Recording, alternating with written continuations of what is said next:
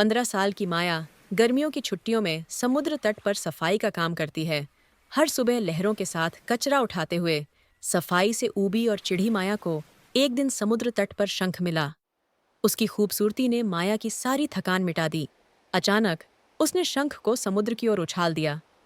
शंख हवा में लहराते हुए पानी को छूते ही चमकने लगा, मानो उसमें कोई जादू जाग उठा हो। माया की आंखों में उत्सुकता जागी और वह तेजी से लहरों की ओर बढ़ी। शंख को पकड़ने के लिए हाथ बढ़ाया। उसकी सांसें तेज हो गईं, मानो उसने कुछ अद्भुत छू लिया हो। तभी उसके पैर अचानक कांपने लगे। उसने घबराकर नीचे देखा, जैसे कोई अनजानी ताकत उसे हिला रही हो। उसके पैर अचानक चमकने लगे। उसकी टांगें रहस्यमय रोशनी से जगमगा रही थीं। माया के पैर अचानक मछली की पूंछ में बदल गए। अचानक पास से एक धीमी आवाज आई, डर मत। उसने हैरान होकर देखा तो एक मछली उसके सामने तैर रही थी और वही बोल रही थी। माया ने मछली से बात करते हुए अचानक महसूस किया कि वह डूबने लगी है। उसकी मछली की पूंछ भारी होने लगी और पानी उसे नीचे खींचने लगा।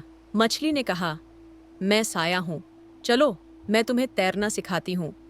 साया ने माया को तैरना सिखाया और माया पानी के नीचे की रंगीन दुनिया देखकर हैरान रह गई। वह इस नए संसार को एक्सप्लोर करने के लिए उत्साहित हो उठी। अचानक माया की नज़र एक गुफा पर पड़ी, जो उसे अजीब तरीके से अपनी ओर खींच रही थी। जैसे ही माया गुफा की ओर बढ़ी, साया ने अचानक उसके रास्ते में आकर कहा, रुको, ये गुफा खतरनाक है। साया के चेतावनी देने के बावजूद माया गुफा से इतनी आकर्षित थी कि उसने उसकी बात अनसुनी कर दी और अंदर चली गई। साया की आवाज़ पीछे छूट गई और माया ने उत्सुकता से गुफा के अंधेरे में कदम रखा। माया गुफा में चली गई, पर उसने महसूस नहीं किया कि एक परछाई चुपचाप उसके पीछे पीछे आ रही थी। माया की नज़र एक सुंदर मोती पर पड़ी, जो एक शंख में चमक रहा था। वह बिना सोचे समझे उसे पकड़ने के लिए हाथ बढ़ाने लगी।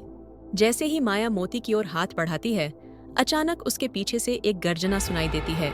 माया ने घबराकर पीछे मुड़कर देखा तो उसके सामने एक विशालकाय राक्षस खड़ा था। राक्षस ने माया को देखते ही हमला करना शुरू कर दिया। माया ने डर के मारे पीछे हटने की कोशिश की, लेकिन राक्षस तेजी से उसकी ओर बढ़ रहा था। अचानक माया ने एक बड़ा पत्थर देखा और उसे राक्षस की ओर फेंक दिया। पत्थर के लगते ही राक्षस बेहोश होकर गिर पड़ा। पत्थर राक्षस से टकराया, लेकिन उसका एक टुकड़ा माया को भी आ लगा। माया दर्द से कराह उठी और लड़खड़ा गई। माया को गिरते देख साया तुरंत उसकी ओर दौड़ी और धीरे धीरे कुछ फुसफुसाने लगी। अचानक ऊपर से एक रोशनी माया पर पड़ी और उसका शरीर हवा में उठने लगा। अचानक माया पर लहरें जोर से टकराईं। उसने आंखें खोलीं और खुद को बीच पर पाया, जहां लोग उसे घेर कर खड़े थे। आंखें खुलते ही माया को लगा कि यह सब सिर्फ एक सपना था। वह असमंजस में बीच को घूरने लगी।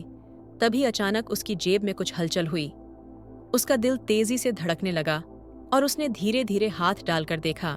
उसने कांपते हाथों से जेब से जो निकाला, वह वही मोती था जो उसने गुफा में देखा था। माया की आंखें हैरानी से फैल गईं। अचानक माया ने दूर से साया को देखा, जो मुस्कुराते हुए उसे देख रही थी।